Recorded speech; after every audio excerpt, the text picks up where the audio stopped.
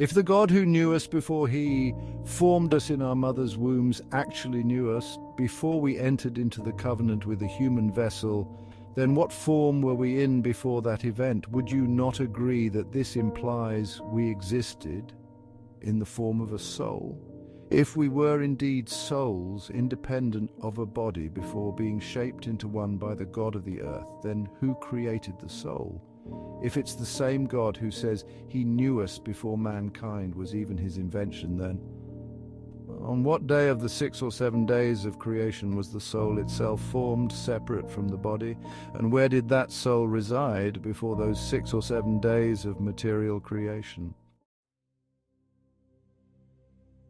When we work backward through this question, peeling away layers of logic, a truth emerges. This so-called Most High Creator speaks of a material reality, a realm that seems veiled from that of the soul's permanent residence, a realm tied to matter, physical light, and the visible heavens. In ancient languages, the word heavens has always described what we see when we look up. And the word Catholic means universal.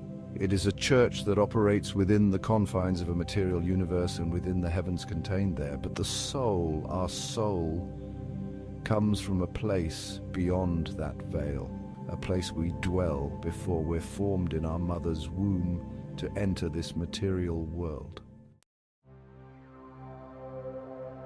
Consider this. It wouldn't take much research to discover that Saturn produces planets, almost like a factory.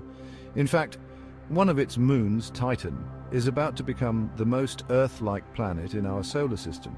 Saturn has been revered across cultures as the All-Father, a powerful archetype, and it's from here that understanding can begin. The most advanced cultures that survived cataclysmic floods, the Magi, the Pythagoreans, saw Saturn as the demiurge, known also by names like Samael or Yaldabaoth. In contrast, Nazarene traditions and Ebionite teachings distinguished between the material world, where he is the Most High Creator, and the independent pre-divinity of the soul, which exists beyond his domain. In numerology, the soul is symbolized by the number 9, the highest number representing ultimate spiritual essence. The demiurge, as creator of the material world, is represented by the closed-loop infinity symbol 8, and his son, known as the Lord or Prince of this world, is marked by both 6 and 7. The human vessel, the body, is represented by 5. This symbology is not a coincidence. It's a language of numbers pointing us back to the soul, its power and its purpose here. And it may also explain why the entity who wants us to see ourselves as mere 5s, striving to become 7s, wants us to believe that 8 is most high, the infinite.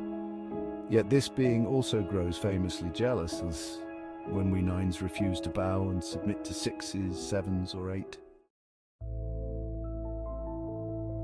In Hebrew, the word Lord is spelled B-E-L, and the word I am, when combined with Bel, sounds like any of these 7 spellings for Belial or Belium, the Lord or Prince of this world.